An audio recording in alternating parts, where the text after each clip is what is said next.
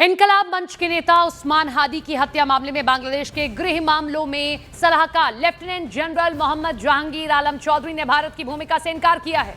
उनका कहना है कि उस्मान हादी की हत्या में शामिल लोगों के बारे में अभी कोई जानकारी नहीं है। इससे पहले जहांगीर आलम चौधरी ने ही दावा किया था कि हमलावर सीमा पार कर भारत में घुस गए हैं और हालांकि बांग्लादेश पुलिस के खंडन करने के बाद उन्होंने अपना बयान अब बदल दिया है।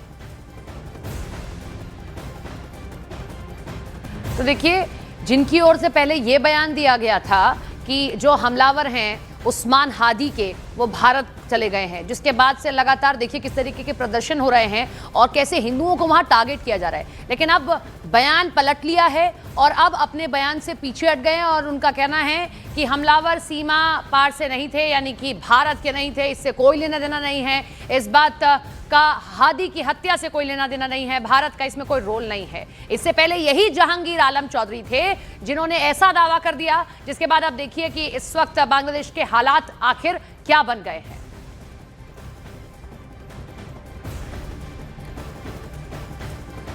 बांग्लादेश के गृह मामलों के सलाहकार लेफ्टिनेंट जनरल मोहम्मद जहांगीर आलम चौधरी का यह बयान सामने आने के बाद कई सवाल खड़े हो गए हैं। हम आपके सामने कुछ सवाल रखते हैं, कुछ चीजें आपके सामने रखते हैं कि कैसे बिना किसी सबूत के उन्होंने इतना बड़ा आरोप लगाया और आज आप देखिए कि बांग्लादेश के भीतर हिंदुओं को कैसे परेशान किया जा रहा है। एक एक करके हम आपके सामने ग्राफिक्स रखेंगे ताकि आप सारी चीजों को समझ सकें, क्योंकि हालात बांग्लादेश के अंदर बहुत ज्यादा बिगड़ गए हैं। देखिए, बिना सबूत भारत का नाम क्यों जोड़ा गया, यह सबसे बड़ी बात है। बांग्लादेश की अंतरिम सरकार ने उस्मान हादी के हत्याकांड से भारत का क्यों जोड़ा?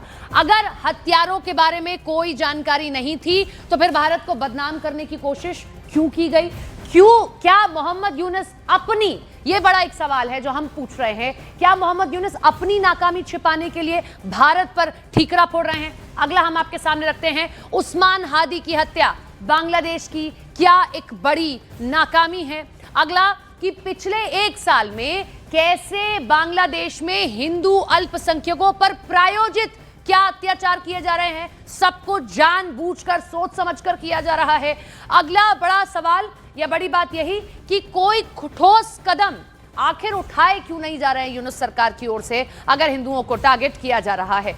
बांग्लादेश में जारी हिंसा को लेकर बड़ी खबर यह है कि एक्टर रोकेया प्राची बांग्लादेश में छिपकर रहने को मजबूर हो गई हैं। बांग्लादेश हिंसा पर एक्टर रोकेया प्राची का बहुत बड़ा आरोप, उन्होंने कहा कि भारत विरोधी भावनाएं भड़काने की कोशिश की जा रही है। बड़ी खबर आप देख रहे हैं, देखिए कैसे उन पर भी हमला किया गया और अब उन्हें छिपकर रहना पड़ रहा है।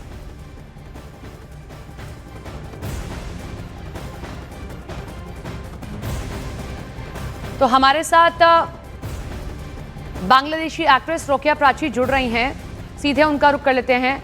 प्राची जी, पहले हमला हुआ, अब आप हमसे बात भी कर पा रही हैं, लेकिन क्या वजह लग रही है कि इस तरीके से छिपना पड़ रहा है, ऐसे हालात बन गए हैं?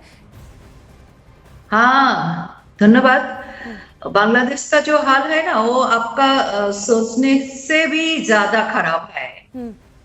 5 अगस्त 2024 के दिन तो जो हुआ वो यूनुस बांग्लादेश में पाकिस्तान के एजेंट बनकर आया। उसका जो मिशन है ना, वो इस 1971 में जो पाकिस्तान जो हार हुआ था यहाँ, उसका रिवेंज लेने के लिए पाकिस्तान का जो एजेंट है, उस एजेंट के जरिया डॉक्टर मोहम्मद यूनुस यहाँ है। उनका जो मिशन है वो है अवामी लीग का खत्म करो, बांग्लादेश को राख कर दो एंड 1971 को रीसेट बटन दबा के इरेज कर दो। तो उसके जरिए उनका जो एम है, मिशन है, पाकिस्तान के साथ मिलकर जमात इस्लामी, हिजबुत तहरीर, लोकल एंड इंटरनेशनल जो एक्सट्रीमिस्ट टेररिस्ट है, उसके साथ लोकल जो पर वीडियो वायरल हुआ था जिसमें भारत के खिलाफ एक व्यक्ति माइक लेकर कुछ बोल रहा है, बहुत खराब बोल रहा है और वहां से नारेबाजी फिर उसके समर्थन में की जा रही है। क्या ये सब कुछ जानबूझकर किया जा रहा है? भारत के खिलाफ एक माहौल बनाया जा रहा है बांग्लादेश में? हाँ, ये तो मिशन था उनका। जो पहले उनको जो प्रोपागेंडा था बिफोर 5 अगस्त, वहां एक डायलॉग था जो 26 लाख भारतीयों बांग्लादेश में नकरी में है, वो तो झूठ था। उसके बाद 5 अगस्त के बाद में जो हुआ, जो रिलीजियस माइनॉरिटी कम्युनिटी को उनको प्रोटेक्ट करना तो दूर की बात है, रिलीजियस माइनॉरिटी को